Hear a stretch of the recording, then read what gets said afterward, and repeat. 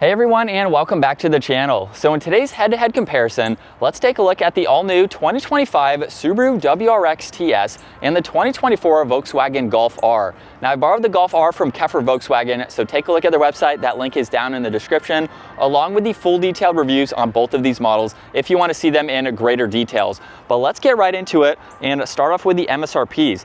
Now for the Golf R, these start around $45,000. In today's video, this one is closer to $48,000. Now for the WRX, this is a press vehicle, so I don't have the actual MSRP, but they start around $46,000. And of course, with a few options, it can vary from there.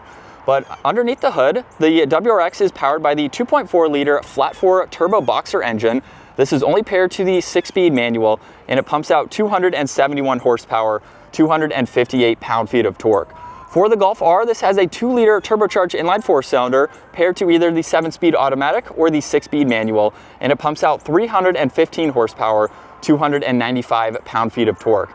Now, both of these are all-wheel drive. The Golf R weighs in around 3,400 pounds, and same with the WRX, 3,400 pounds.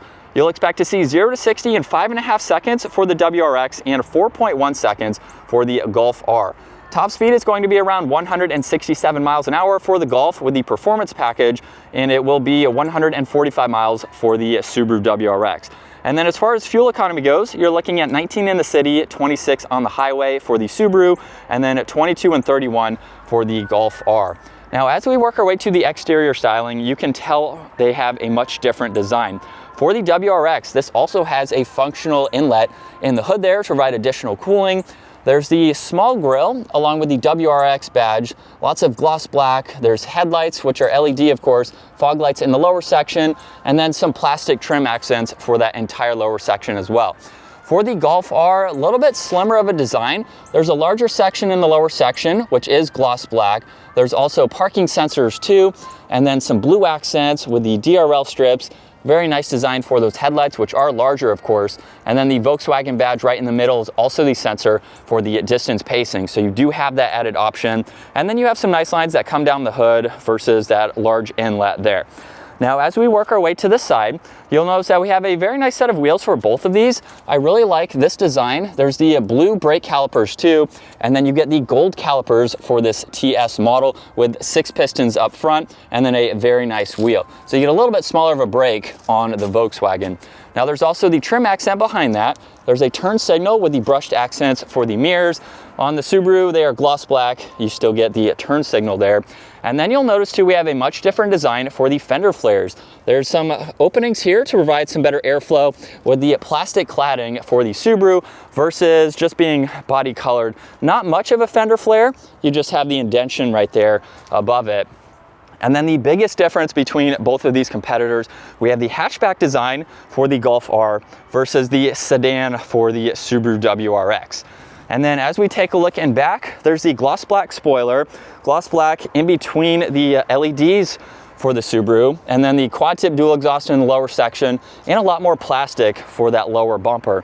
Now you can also use the button on the key fob or the one up underneath to gain access to the cargo space, where you do have quite a lot of space. You can also fold down the back seats, and you do get a little bit of storage underneath the floor where you could place additional items if you needed to. So it's pretty practical for its size and being a sedan.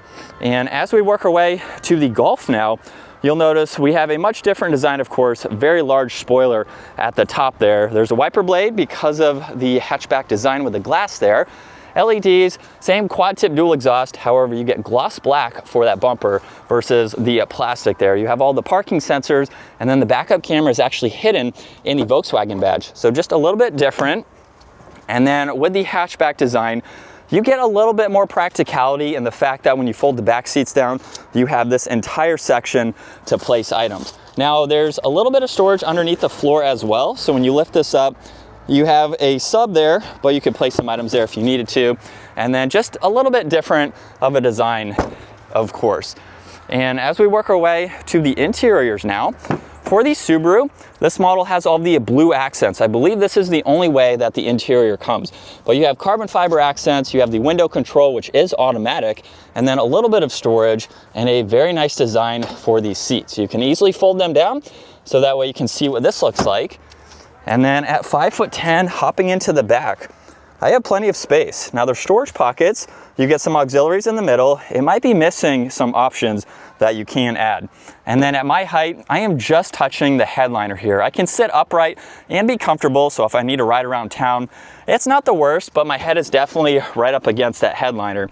You have the armrest in the middle with cup holders there. And then here's a look at visibility with the windows. Now as we work our way to the Golf R, when we open up this door panel, we have a little bit more simple of a design, not as many colors. You have the windows, which are automatic to release, and some storage. And then we have the same control basically to fold the seats down. But as you can tell, you have all of this extra space up top to place items. And then hopping into the back, the seat is a little bit farther back, but there's a storage pocket there. You get heated seats in this with the air vents and some auxiliaries down below. And then at my height, I have a little bit more headspace. So I have about an inch or so more. So I'm not touching the headliner, but I can sit upright and still be comfortable. So a little bit more spacious. You have the armrest with cup holders, and then you can even fold this middle section down so that way you can get into the back there if you need to.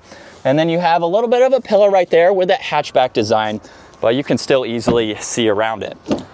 Now up front, you have the power folding side mirrors, which are also heated, all of your window controls, memory seating adjustments, and a very nice design for these R seats with the lateral supports. Now, like I said, I have full detailed reviews on both of these, so I'm just going to go through this fairly quickly. There's the solid and perforated leather steering wheel, massive paddle shifters. You have cruise and distance pacing, volume. This is a heated steering wheel too. You have view controls, and you can go through the gauge cluster here using all of these buttons. So you can easily go through a few different settings here, just depending on what you need to see. Pulling up the map, your distance pacing, miles per hour. You can go into a little bit more of a driver-focused screen there. And then we are back to this screen where you can get through some of this information. So it's pretty configurable. You have an R mode here, which will also change the exhaust, and you can go through all of these various driving modes.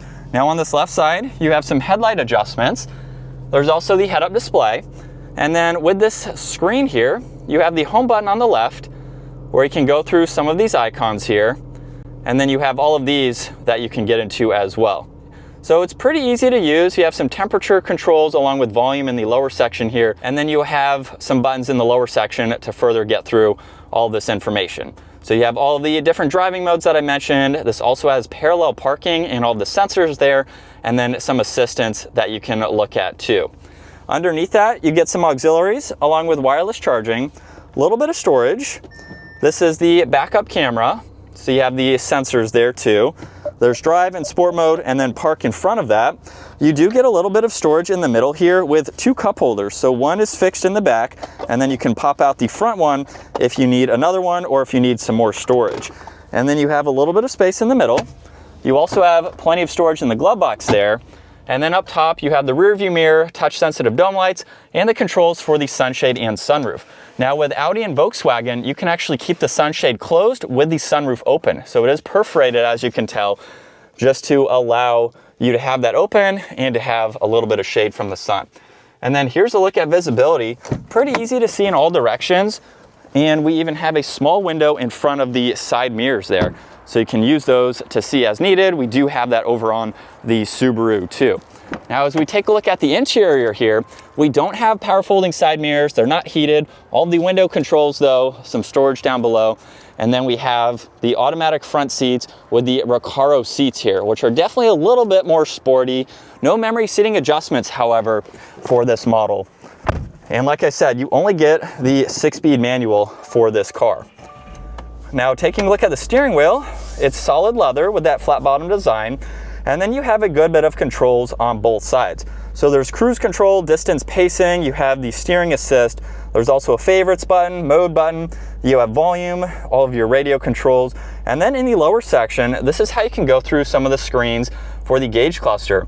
So if I push on the arrows, you'll notice on the left side, you can get into a little bit of information by scrolling through all of these. And then if you hold on the middle button, you can actually change what you would like to see. So you can pull up the navigation, with some info on the left and the right. If you hold on it again, now you have your lane keeping assist, distance pacing, and holding on it a third time will get you back to what you just saw here with more of your traditional view. So a little bit configurable. Now you have a dimmer switch, traction control, trunk release, one air vent, no head-up display for this, but we do have a larger screen in the middle where you can go through quite a lot. You have some favorites that you can go through up top, so you can adjust what you would like to see here. And then by pushing on home, you can get into all of these icons where you have your phone, map, audio, you can get into My Subaru, you have valet mode, and then you have your climates in the lower section. So just push on one of those and you can bring this entire screen up to further go through this information. You have temperatures, heated seat controls that you can get into, your fan speed. It's a pretty easy system to use. Volume and tuning is there too. And then you have a lot of auxiliaries down below. No wireless charging, but you have that space there. And then we have the backup camera, very similar to the Golf, of course. You get a little bit of storage with 2 cup holders. There's the manual e-brake. You get an auxiliary with some storage in the back. There's also plenty of storage in the glove box there. And then up top you have your rear view mirror. We have some dome lights and then no sunroof for the WRX.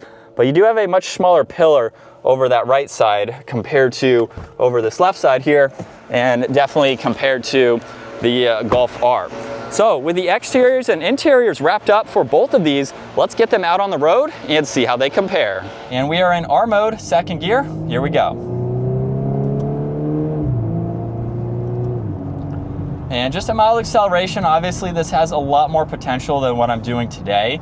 But with the paddles, again, very responsive, and I like the size too. It just gives you more of a sporty feel actually having this large paddle. They are steering wheel mounted, so they will move, of course, but it just gives you a larger paddle to grab, especially if the wheel is not pointed straight.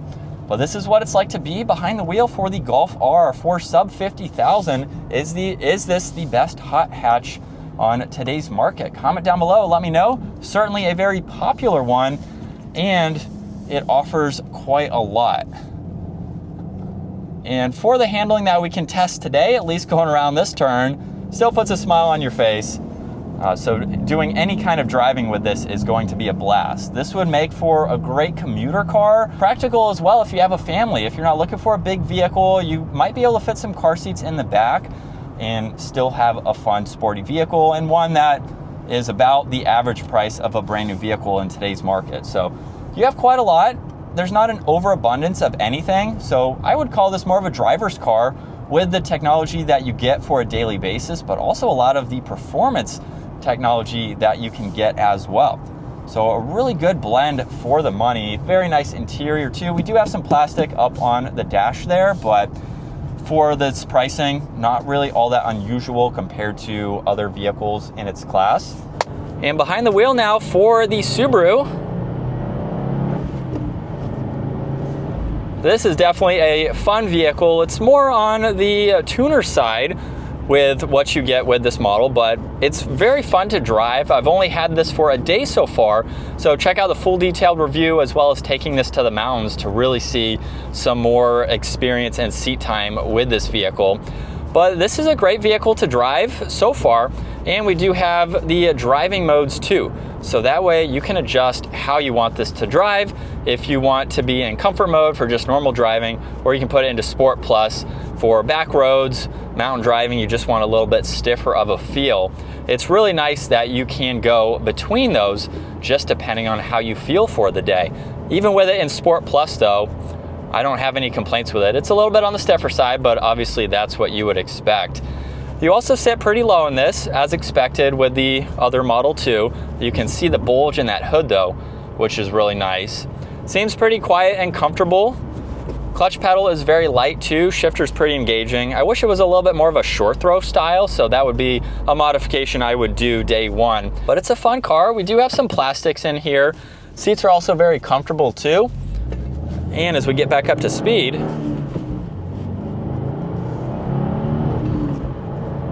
sounds good. Not too aggressive or too loud. Doesn't really have that boxer vibe to it with the tone of that engine. So back from our test drives now with the Golf R and the WRX TS. I know those were quick test drives, but again, you can take a look at the full detailed reviews for more driving impressions, along with our videos taking the WRX to the mountains and really experiencing how this model performs. Now, I haven't done any performance driving in the Golf R, but I would assume it's going to be very similar based on all the specs that I mentioned in the beginning of this video. Both of these are very fun, kind of economical style vehicles to drive, but they have a lot of performance to them to give you both that practicality as well as the performance and the fun factor too. So it really just depends on which styling do you like better. Do you want to go the hatchback or do you like the sedan? The Golf R is going to be a little bit more practical, of course, with its overall design and interior space, but you have two all-wheel drive vehicles that are going to be very fun nonetheless. So if you're just wanting the manual transmission, you can go with the WRX, but the automatic in the Golf R is just as fun too, or you can go with that manual transmission. So comment down below, let me know, would you rather go with the hot hatch, the Golf R, or the all-new TS, which is basically the STI as of now with the performance and the features that have been upgraded for this model. So comment down below, let me know. If you enjoyed today's video, give it a huge thumbs up and consider smashing that subscribe button so you can stay up to date with our daily uploads. I will see you all in the next video.